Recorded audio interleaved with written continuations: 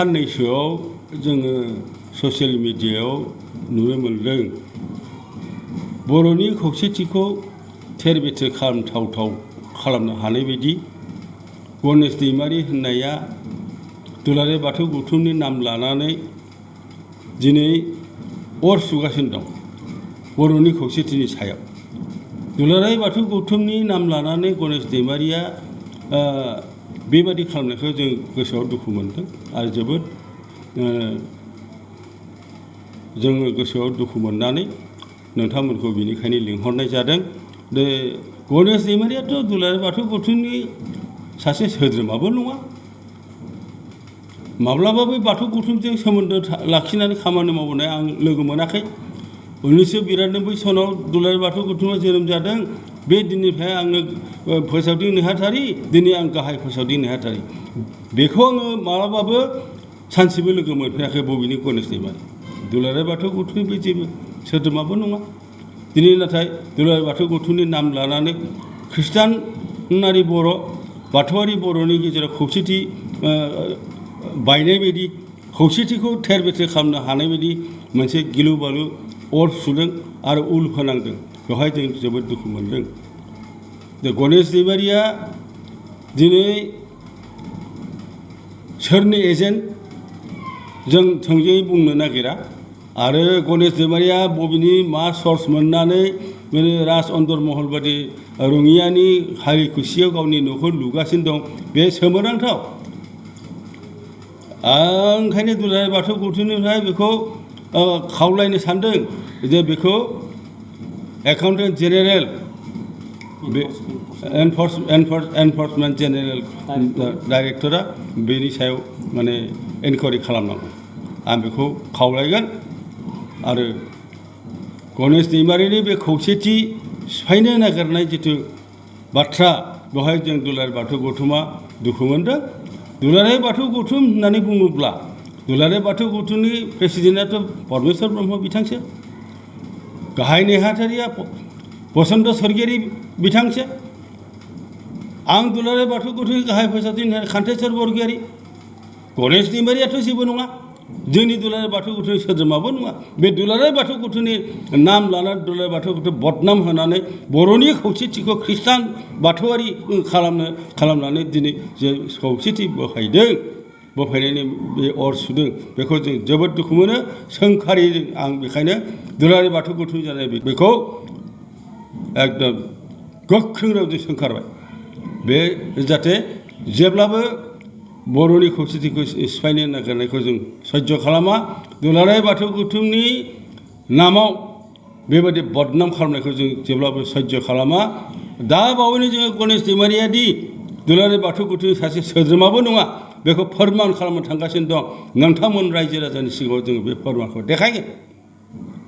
गणेश दैमारिया दि दुलाराय बाथौ गौथुमनि जेबो सोद्रोमा नङा, बेखौ जों दा बावैनो फोरमान खालामनानै देखायगोन। जाहाथे रायजो राजाखौ आं खावलायो, गणेश दैमारिनि बे जिथु खैसारि, बर' जाथिनि गेजेराव जिथु खौसेथि बोफायनो नागिरनाय खैसारि, बेवहाय जाहाथे रावबो एना एनि सानलायलाया, बाथौआरि ख्रिस्टानारि सोरबा धोरोमखौ लानानै जों जाहाथे खौसेथिखौ बोफायलाया, खौसेथिखौ जाहाथे हानि खालामलाया। गणेश दैमारिनि बे जिथु माने ब्लुप्रिन्ट, बे ब्लुप्रिन्टआव जाहाथे जोंनि मानसिया रावबो भुल साना। दुलाराय बाथौ गौथुमनिफ्राय आं खावलायदों, आइ आफा रायजो राजा बयखौबो नोंथांमोनहा जाहाथे गणेश दैमारिनि बुंनाय बादियै जों जाहाथे खौसेथिखौ बोफायनानै लाया। दुलाराय बाथौ गौथुमा मालाबाबो जों ख्रिस्टानारि बाथौआरि होननानै जेबो हाबाफारि लायाखै आरो बेबायदि जोंहा बिदि हाबाफारि गैया। आरो जों बेबायदि खौसेथि बायनाय खामानिखौ मालाबाबो दुलाराय बाथौ गौथुमनिफ्राय मावफेराखै आरो मावा। ख्रिस्टानफोरखौ एसटि स्टेटासनिफ्राय बोखारनाय, सोरबा जोंनि बाथौ धोरोमनिफ्राय गुबुन धोरोमाव थांनाय मानसिखौ एसटि स्टेटासनिफ्राय बोखारनाय, बे खोथाखौथ' जों माने जाजानो लुबैया।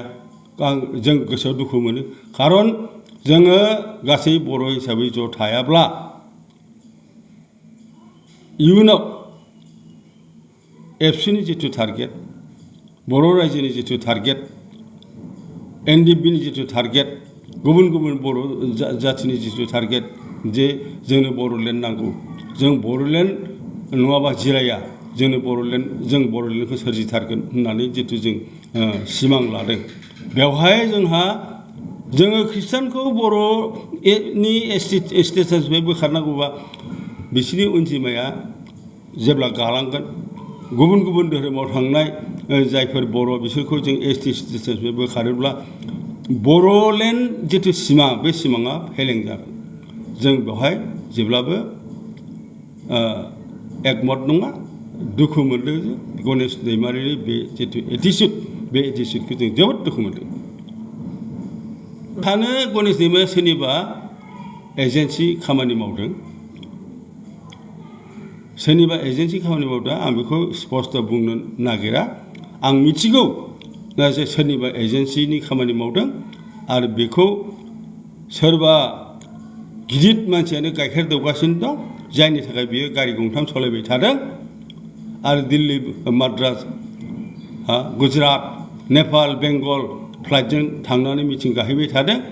बे सोरनिबा अनसुंथाइ मोननाय दं आरो सोरनिबा गाइखेर दौनायजों बियो गिदिर जागासिनो दं। बेखौ बेनिखायनो आं बुंदों दुलाराय बाथौ गौथुमनिफ्राय गणेश दैमारिया दुलाराय बाथौ गौथुमनि सासे सोद्रोमाबो नङा।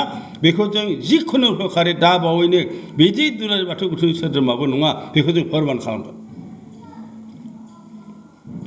आं बिथां होननो बुंनो बायो गणेश दैमारिखौ, खारन बिथां होनजानायनि जग्यता गोनां मानसि नङा।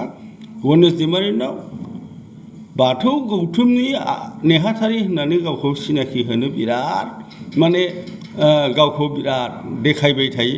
नाथाय बाथौ गौथुमनि खामानि मावनोबादि धोरोमनि गियान थानांगौ, बे धोरोमनि गियानाथ' बेनाव जिर'।